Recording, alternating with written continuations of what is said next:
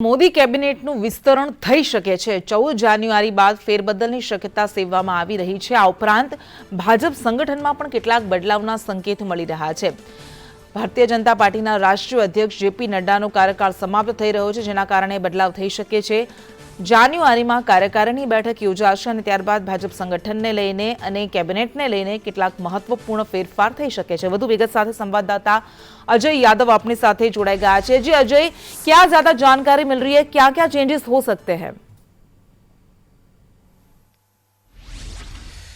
देखिए, निश्चित तौर पे कृष्णा, क्योंकि आने वाला समय भारतीय जनता पार्टी के लिए खास भी है और खास करके इसको लेकर के तैयारियां भी करनी है। 2024 का लोकसभा चुनाव होना है और अगले साल 9 राज्यों में विधानसभा चुनाव भी होना है, जिसमें मुख्य रूप से अगर बात करें तो राजस्थान, मध्य प्रदेश, छत्तीसगढ़, कर्नाटक ये बड़े राज्य हैं, जहां पे भारतीय जनता पार्टी की कोशिश है कि न सिर्फ राजस्थान और छत्तीसगढ़ में जहां पे कांग्रेस की सरकार है वहां पे भारतीय जनता पार्टी की सरकार बनाने की जी तोड़ कोशिश की जाए, बल्कि कर्नाटक में एक बार फिर से भारतीय जनता पार्टी का शासन को दोहराया जाए। तो ये तमाम सारी चुनौतियां हैं और भारतीय जनता पार्टी की जब भी कोई राष्ट्रीय कार्यकारिणी की बैठक होती है तो आने वाले विधानसभा चुनाव को ध्यान में रखते हुए न सिर्फ उसमें फेरबदल किए जाते हैं, वहां के लोगों को तरजीह दी जाती है, बल्कि प्रधानमंत्री नरेंद्र मोदी की जो कैबिनेट है उसमें भी विस्तार देखने को मिलता है।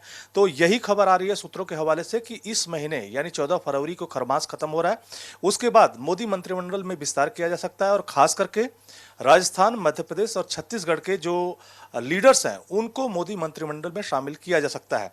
ऐसा ही आपको याद होगा कि पिछली बार जब पिछले साल 7 जुलाई को जब मोदी मंत्रिमंडल का विस्तार हुआ था तो 12 नए चेहरों को शामिल किया गया था या 12 पुराने लोगों को हटाया गया था। तो इस तरह से मोदी सरकार की कोशिश होती है कि जिन राज्यों में विधानसभा चुनाव हो वहां के लोगों को शामिल करके उन राज्यों को मैसेज दिया जाए कि भारतीय जनता पार्टी कैसे स्थानीय लीडर को साथ में लेकर के विकास करना चाहती है। और साथ ही साथ 20 तारीख को जेपी नड्डा का कार्यकाल चूंकि खत्म हो रहा है, तो ऐसे में उस पे भी निर्णय की संभावना इसी महीने यानी अगले महीने से उसकी संभावना जताई जा रही है। जी बिल्कुल अजय, धन्यवाद तमाम जानकारी के लिए।